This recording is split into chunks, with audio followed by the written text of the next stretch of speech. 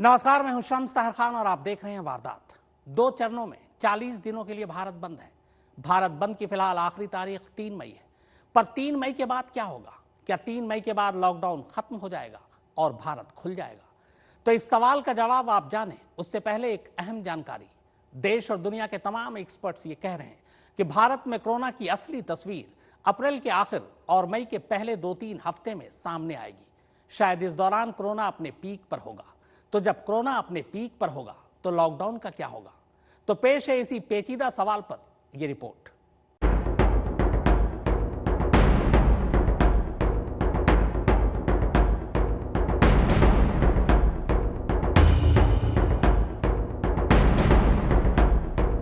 तीन मई के बाद भारत में क्या होगा?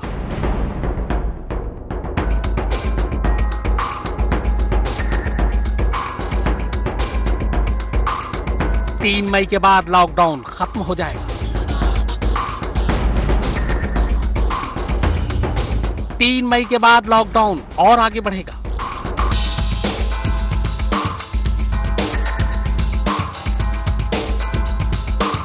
तीन मई के बाद लॉकडाउन में छूट मिलेगी।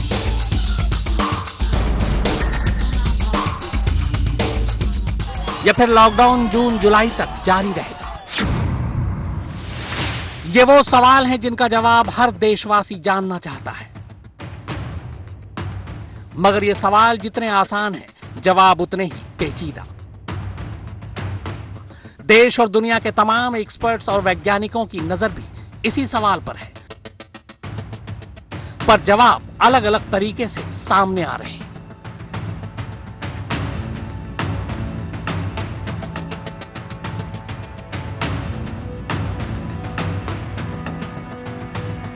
अमेरिका की बोस्टन कंसल्टिंग ग्रुप यानी बीसीजी ने जॉन हॉपकिंस यूनिवर्सिटी से मिले डेटा के आधार पर दुनिया के 20 देशों का यह कोरोना चार्ट तैयार किया है।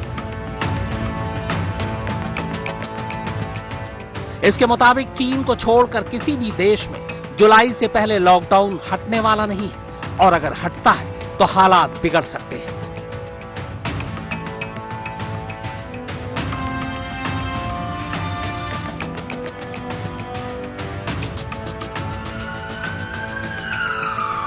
रही बात चीन की, तो जिस हुबई प्रांत में कोरोना का सबसे ज्यादा असर हुआ और जिस प्रांत में कोरोना का एपी सेंटर वुहान है, वो इसी सूबे में पड़ता है। यहाँ 8 अप्रैल को लॉकडाउन खुलने का अनुमान लगाया गया था और हुआ भी वही। चीन ने हुबई में वुहान को छोड़कर 8 अप्रैल को लॉकडाउन हटा दिया, क्योंकि यहाँ उसके बाद कोरोना के मामले ही आने बंद हो गए थे।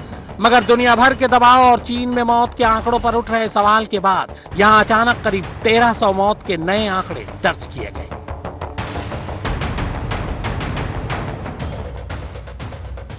बीसीजी ऐसा अनुमान लगा रही है कि भारत में यह लॉकडाउन जून के आखिरी हफ्ते से लेकर सितंबर के दूसरे हफ्ते तक चल सकता है। इसके बाद भी हालात की संवेदनशीलता को ही देखकर भारत सरकार को यह लॉकडाउन हटाना या उसमें रियायत देने का फैसला लेना होगा। मगर इससे पहले लॉकडाउन हटाना भारत के लिए मुश्किल भरा फैसला हो सकता है, क्योंकि अगर ऐसा हुआ तो भारत में कोरोना पॉजिटिव केसेस की बाढ़ सी आ जाएगी और देश के मौजूदा मेडिकल सिस्टम के हिसाब से इसे संभाल पाना मुश्किल होगा। बीसीजी ने यह अनुमान भारत में कोरोना के संक्रमण के फैलने के बाद अब तक के डेटा के आधार पर लगाया है। इन्हीं आंकड़ों के आधार पर यह रिपोर्ट भी बता रही है कि देश में कोरोना पीक पर कब पहुंचेगा, कब यहां आंशिक तौर पर लॉकडाउन हटाया जा सकता है और कब भारत पूरी तरह से लॉकडाउन हटाने की हालत में होगा।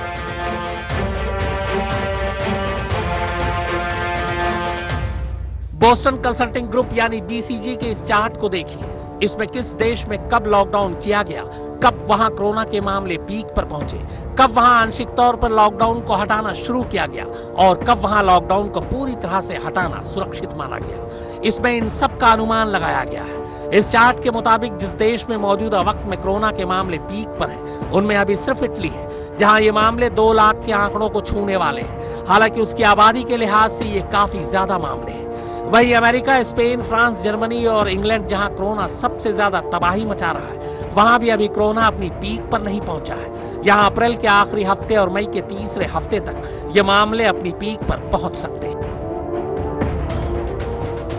बीसीजी के मुताबिक भारत ने कोरोना से निपटने के लिए जिस तरह वक्त रहते लॉकडाउन की घोषणा की, उससे उसने इस बीमारी से निपटने के लिए कुछ वक्त जरूर खरीद लिया है। मगर बावजूद इसके भारत में कोरोना के मामले पीक पर जरूर पहुंचेंगे और इस रिपोर्ट के मुताबिक जून के तीसरे हफ्ते तक भारत में कोरोना के मामले अपनी पीक पर होंगे और जून के आखिरी हफ्ते तक ही भारत लॉकडाउन हटाने की स्थिति में होगा, मगर वो भी सिर्फ आंशिक तौर पर। जबकि हिंदुस्तान में पूरी तरह से लॉकडाउन हटाना सितंबर के दूसरे हफ्ते के बाद ही मुमकिन हो पाएगा। हालांकि भारत को कोरोना से पूरी तरह से आजादी पाने में यह पूरा साल भी गुजर सकता है। हम अगर उससे पहले वैक्सीन आ गई तो ये एक बहुत बड़ी कामयाबी होगी। बीसीजी के इस रिपोर्ट के दाईं तरफ आप देखेंगे तो पाएंगे कि कुछ लाल, पीले और हरे रंग के निशान हैं। इनमें पहली लाइन में प्रति 1 लाख मरीजों पर किस देश में कितने बेड हैं, यह दिखाया गया है। भारत के आगे इस लाल निशान को देखेंगे तो पता चलेगा कि इस मामले में भारत की हालत बेहद खराब है। वहीं रेस्पिरेटरी डिजीज के मामले में भारत अच्छे तरीके से हालात को संभाल रहा है, मगर देश में इस एपिडेमिक को संभालने की सलाहियत बाकी मुल्कों के मुकाबले ज्यादा अच्छी नहीं है। आपको बता दें कि दुनिया में आंकड़ों के मामलों में बोस्टन कंसल्टिंग ग्रुप की एक अपनी साख और विश्वसनीयता है, इसीलिए उसकी बातों को तमाम एक्सपर्ट्स और वैज्ञानिक भी गंभीरता से ले रहे हैं।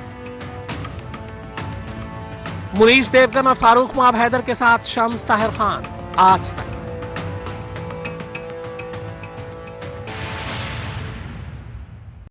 भारत में कोरोना के मौजूदा मरीजों को देखते हुए अगर 3 मई को सरकार लॉकडाउन हटाती है तो मान के चलिए कि मई जून में कोरोना अपनी 3rd स्टेज पर पहुंच सकता है और 3rd स्टेज में पहुंचने के बाद कुछ वक्त के लिए मरीजों की तादाद और तेजी से बढ़ेगी। तो फिर क्या 3 मई के बाद तीसरे चरण में तीसरी बार भारत बंद किया जाएगा? तो आइए भारत में लॉकडाउन की सही तस्वीर को देखने और समझने के लिए लॉकडाउन से जुड़ी 6 अलग अलग थ्योरी पर नजर डालते हैं।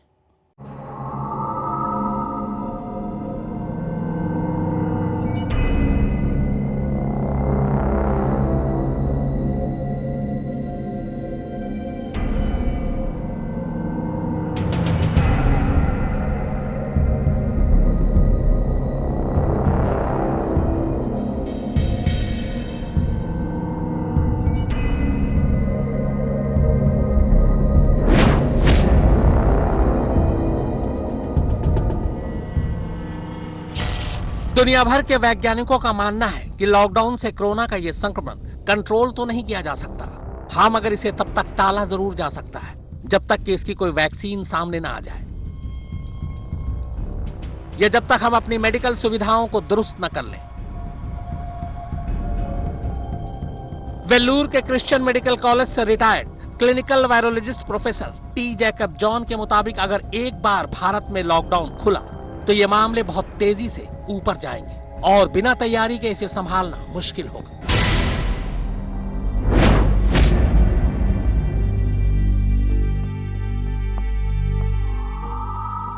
इंडियन चेस सोसाइटी के मुताबिक भारत कोरोना के मामले में अमेरिका से 1 से 2 हफ्ते पीछे चल रहा है और यहां कोरोना अपनी पीक पर अप्रैल के आखिरी या मई के शुरुआती हफ्ते में पहुंचेगा। हाँ, मगर अगर लॉकडाउन जारी रहा तो इस खतरे को टाला जा सकता है। हालांकि भारत 3 मई को इस लॉकडाउन को हटाने की स्थिति में तभी हो सकता था जब उसने वक्त रहते वेंटिलेटर, पीपीई किट और क्वारंटीन सेंटर बना लिए होते, मगर आज के हालात में लॉकडाउन खोलने में जल्दी करना घातक हो सकता है।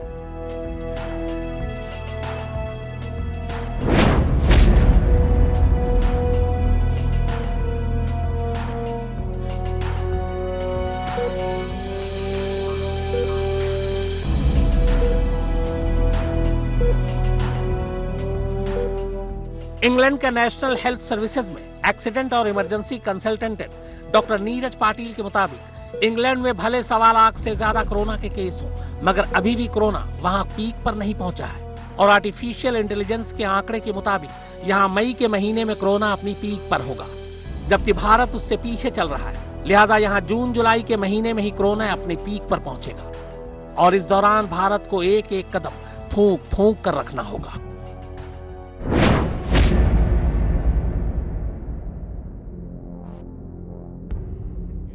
भारत की सरकार का खुद ही अनुमान है कि देश में कोरोना के मामले मई के पहले हफ्ते में पीक पर पहुंच सकते हैं, जबकि उसके बाद इसके नंबर में कमी आनी शुरू हो जाएगी। हालांकि गृह मंत्रालय के सूत्रों का कहना है कि लॉकडाउन की वजह से भारत में कोरोना के मरीजों की तादाद बाकी मुल्कों के मुकाबले काफी कम है।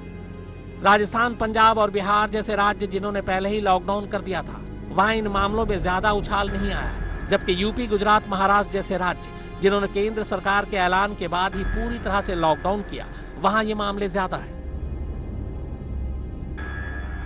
सूत्रों के मुताबिक भारत में अगला हफ्ता बेहद अहम है, क्योंकि धीरे धीरे भारत में टेस्टिंग की रफ्तार बढ़ती जा रही है और मुमकिन है कि अगले हफ्ते तक कोरोना पॉजिटिव मामलों की तादाद में काफी उछाल देखने को मिले।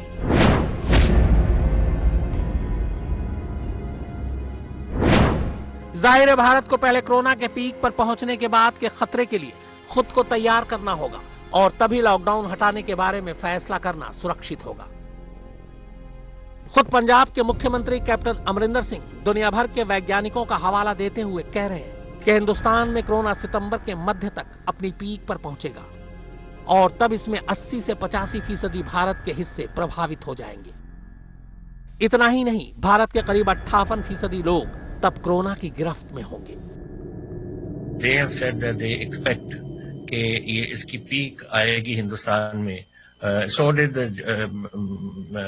John Hopkins Institute and so did the Boston University. सबने यही बात की है कि हिंदुस्तान में I think you will touch a peak by July, August, and then it may come down. Here is the report, and it is here you are. It says that in the SF1 scenario, COVID-19 epidemic in India is estimated to reach its peak in mid-September, not July, mid-September, at a point when 58% of the population has been infected.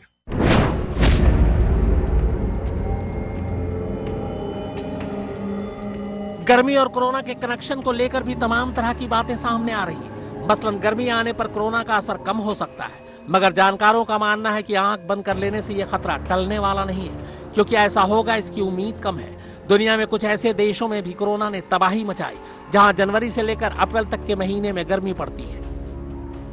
Vellore के Christian medical college से retired clinical virologist professor T Jacob John के मुताबिक अव्वल तो ऐसी उम्मीद है ही नहीं, लेकिन अगर ऐसा हुआ भी तो सर्दियां आते आते कोरोना फिर से बैकफायर करेगा।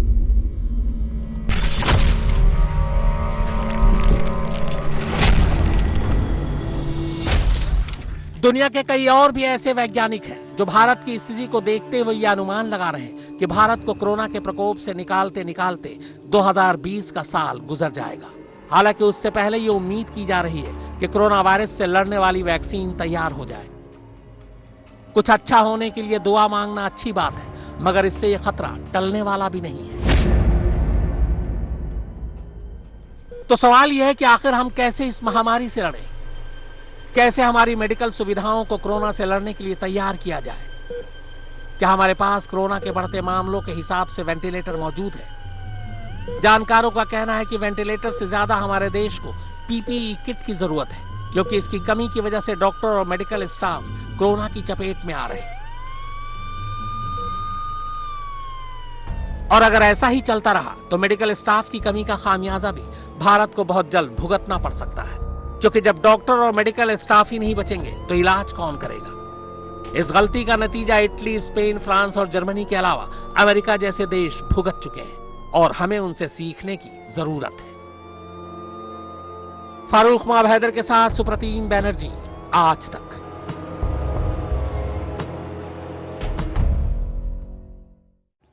एक मामूली से वायरस और उसकी वजह से लगे लॉकडाउन ने इंसानों के निजाम को बिगाड़ कर रख दिया है। तो क्या कुदरत का इंसानों को इतना सबक काफी है, या इंसान की किस्मत में अभी और मुश्किलें बाकी हैं?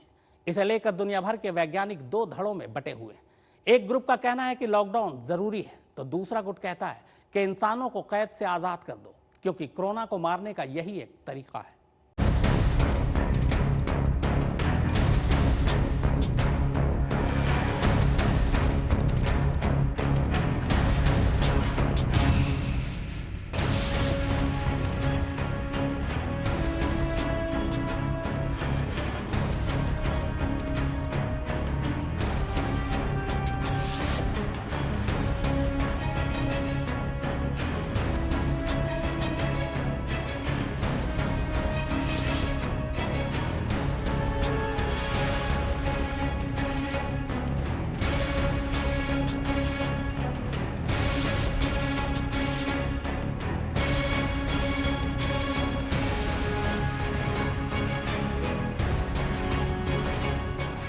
दुनिया में कोरोना से लड़ने के दो बेहद अलग अलग हथियार हैं। एक कहता है घर में रहो, दूसरा कहता है घर से निकल जाओ।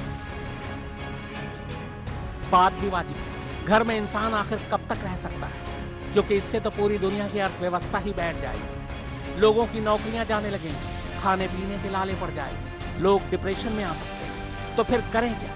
कोरोना से लड़ने का दूसरा रास्ता कहता है कि घर से निकल जाओ। इस थ्योरी के मुताबिक लॉकडाउन तभी तक कारगर है जब तक लोग घरों में कैद हैं। जैसे ही लोग घरों से निकलने लगेंगे, ये संक्रमण उन्हें जकड़ लेगा। इसीलिए छुपे नहीं, बल्कि इसका सामना करें। जितने ज्यादा लोग इससे संक्रमित होंगे, इंसानी जिस्म में इससे लड़ने की उतनी ज्यादा ताकत पैदा होगी। इसे ही हर्ड इम्यूनिटी कहते हैं।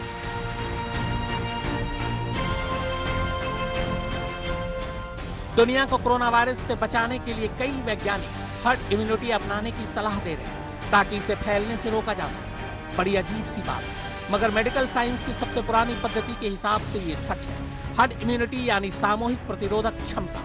इसका मतलब यह है कि भविष्य में लोगों को बचाने के लिए फिलहाल आबादी के एक तय हिस्से को वायरस से संक्रमित होने दिया जाए। इससे उनके जिस्म के अंदर संक्रमण के खिलाफ सामूहिक इम्यूनिटी यानी प्रतिरोधक क्षमता पैदा होगी। इससे शरीर में वायरस के खिलाफ एंटीबॉडीज बनेंगी, जिसे उनके जिस्म से निकालकर वैक्सीन तैयार करने की कोशिश की जा सकती है। क्योंकि इससे फिर दोबारा कभी ये वायरस न तो उन्हें संक्रमित करेगा और न ही दूसरों को। कोरोना की वैक्सीन बनाने का वैज्ञानिकों को यही सबसे तेज तरीका समझ आ रहा है, वरना वैक्सीन बनते बनते इतनी देर न हो जाए कि दुनिया की आधी आबादी काल के गर्त में समा जाए।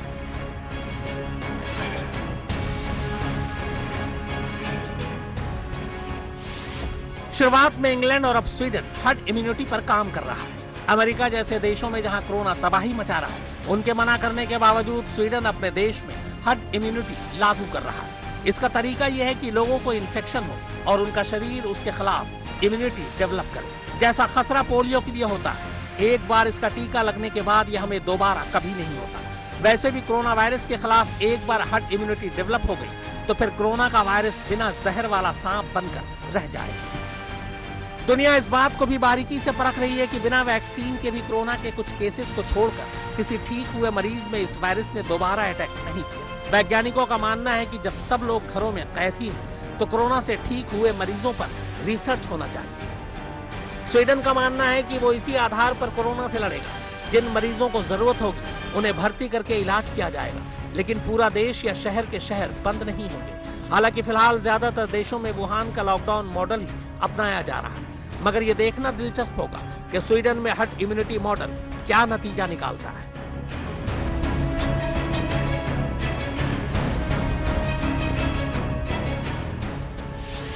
हिंदुस्तान में जहां ज्यादातर लोगों को मलेरिया और बीसीजी के टीके लगे हुए हैं, ऐसा माना जा रहा है कि इस लिहाज से भी भारत में हर्ड इम्यूनिटी कारगर साबित हो सकती है, क्योंकि भारतीयों की इम्यूनिटी पश्चिमी देशों के मुकाबले स्ट्रांग है। आंकड़े बताते हैं कि जिन देशों में मलेरिया फैल चुका है, वहां कोविड-19 का असर या तो नहीं है या फिर बेहद कम है। दरअसल ये इसलिए है क्योंकि जिस शरीर में मलेरिया एक बार एक्सपोज हो जाता है, उसके अंदर पाथवे डेवलप होकर जिंक आयनोस्फीयर पैदा हो जाता है, जिससे ये वायरस कमजोर पड़ने लगता है। मगर ये वायरस भारतीयों पर असर ही नहीं करेगा, यह अभी साबित नहीं हो सका है। जानकारों का मानना है कि चूंकि यह वायरस एक बड़ी आबादी से होते हुए यहाँ तक पहुंचा है, इसलिए मुमकिन है कि उसने अपना स्वरूप बदल लिया और वैसा ना हो जैसा हम सोच रहे हैं। लिहाजा एहतियात जरूरी है। अभी तक की रिपोर्ट के मुताबिक इस वायरस में बाकी देशों के मुकाबले कुछ बदलाव भी देखा गया है। हालांकि फिर भी वैज्ञानिक ये मान रहे हैं कि भारत में जितनी जल्दी लॉकडाउन खुलेगा, उतनी जल्दी लोगों के शरीर में इससे लड़ने की इम्यूनिटी बढ़ेगी। वैज्ञानिकों की सलाह है कि भारत नंबर पर न जाए, बल्कि वायरस के रवैये पर जाए।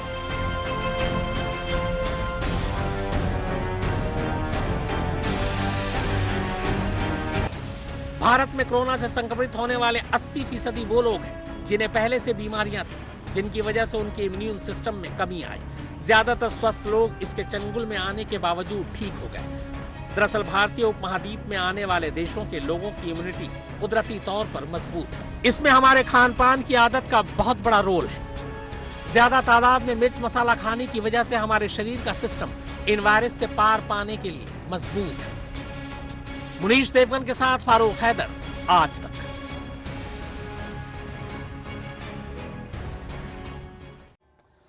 तो वारदात में फिलहाल इतना ही, मगर आज तक पर खबरों का सिलसिला लगातार जारी है।